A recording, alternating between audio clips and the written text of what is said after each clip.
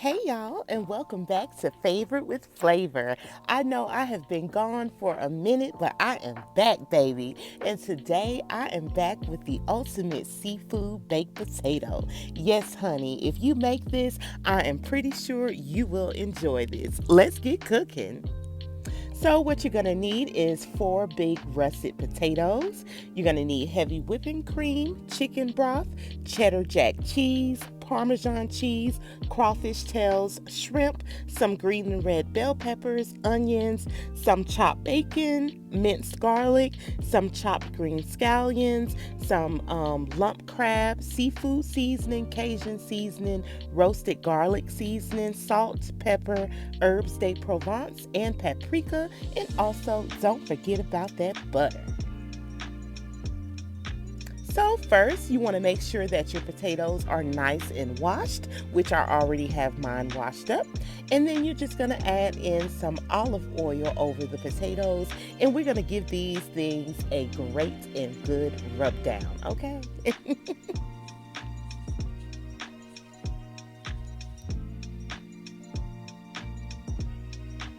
And by the way, I just want you guys to know that I have missed y'all. I have missed recording. But once again, like I said in the beginning, I am back, baby. So now we're just going to use our fork and poke holes all over the potato, okay? There is no right or wrong way to do this.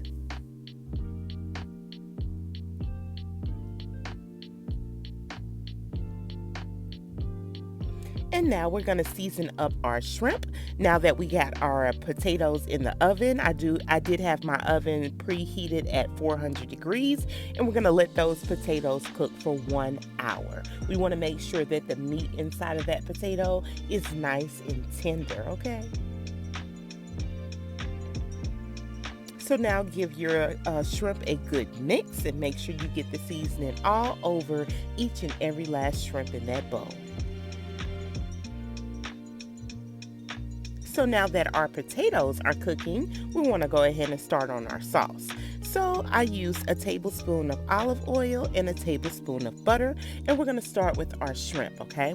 We're going to cook our shrimp about 3 to 4 minutes per side. Make sure you don't overcook the shrimp, okay? You don't want a tough, rubbery shrimp.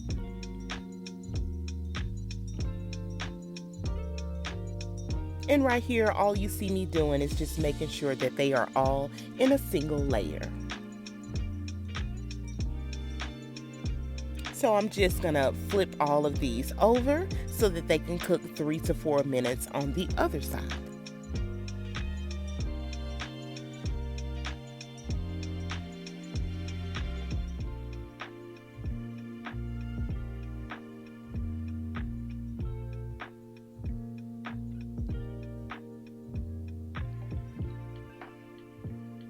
Now we're just gonna remove our shrimp from the pan.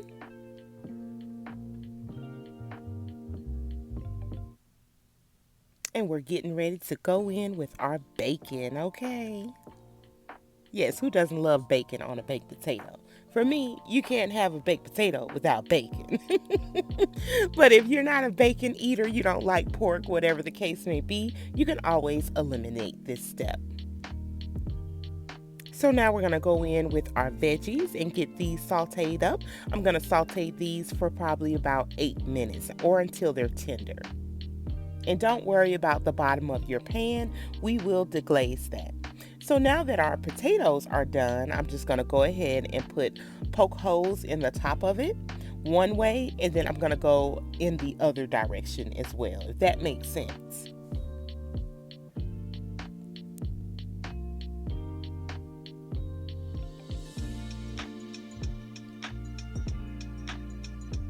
And make sure that you're careful on this part because these potatoes are piping hot. So I'm just going to rotate my pan, and you're going to take a clean towel and just push the ends of the potato together like you're pushing them inwards as you see here. See, you don't need a knife to cut this open, okay? All you need is a fork, some holes, and then just push it on the side. Works perfectly fine. So I did add in some butter into these potatoes off camera. And what I'm doing now is just going back in with some cheddar jack cheese into each pocket of the potato.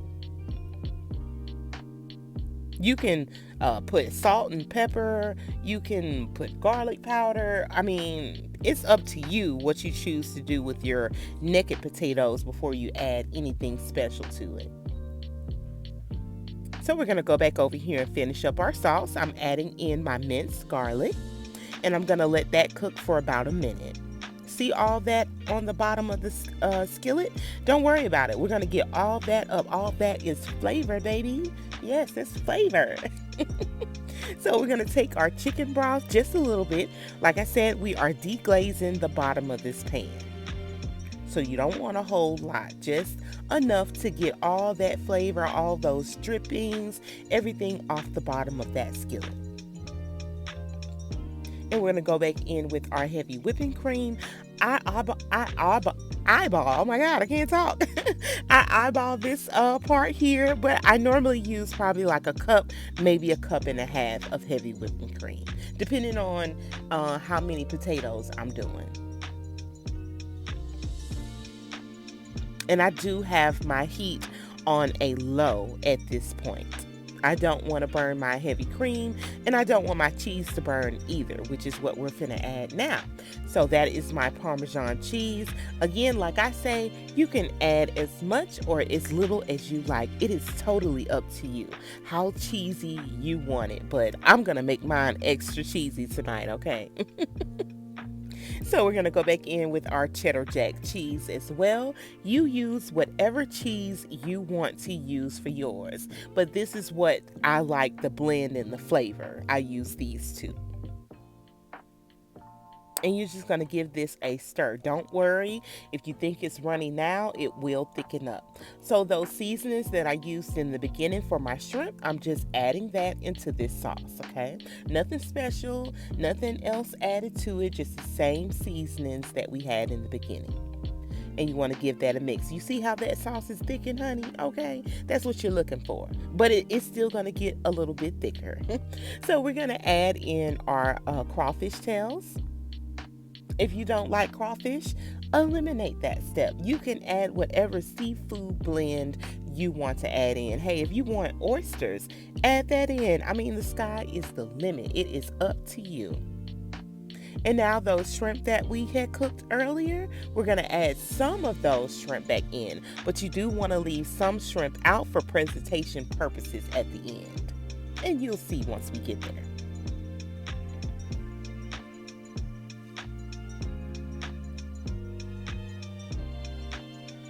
And I did add the juice that was at the bottom of the bowl. With the shrimp, I did add that to my sauce too. It's just more flavor. I mean, I'm telling you, don't leave out no flavor, honey. That's why we're called Favorite with Flavor. So we're going to go in with our lump crab meat. I did not use that whole container. I only used about half of that container, okay? But if you want to use the whole thing, hey, go for it, okay? But I'll probably end up making some crab cakes later with the rest of the crab that I do have left over. And you just want to give that a mix. Just stir that all in. We're going to let that cook for probably like another 3 minutes afterwards. Now it is time to plate our potato. As you see, that cheese that we put in there, it did melt down. But of course I did put it back in the oven just for maybe about 2 minutes. So now we are just spooning that sauce over onto our potato. Oh my God, y'all, this thing was delicious, okay? It was so darn good. I hope you guys give this a try, and if you do, please let me know in the comments. I mean, just look at that. And we haven't even finished putting it together yet. And look at that. If your mouth isn't watering right now, honey, I don't know what's gonna do it. I mean, you got crawfish, you got shrimp, you got crab meat in there. You're gonna top it with some bacon. And like, here's that shrimp that I was telling you about to reserve to the side. Just look at that. I mean, that is a work of art, honey. It is beautiful and it is just as tasty as it looks. Now we're going to top this off with some bacon. That bacon that we did cook earlier. Just sprinkle it over the top as much or as little as you want. Again, everything is totally up to you.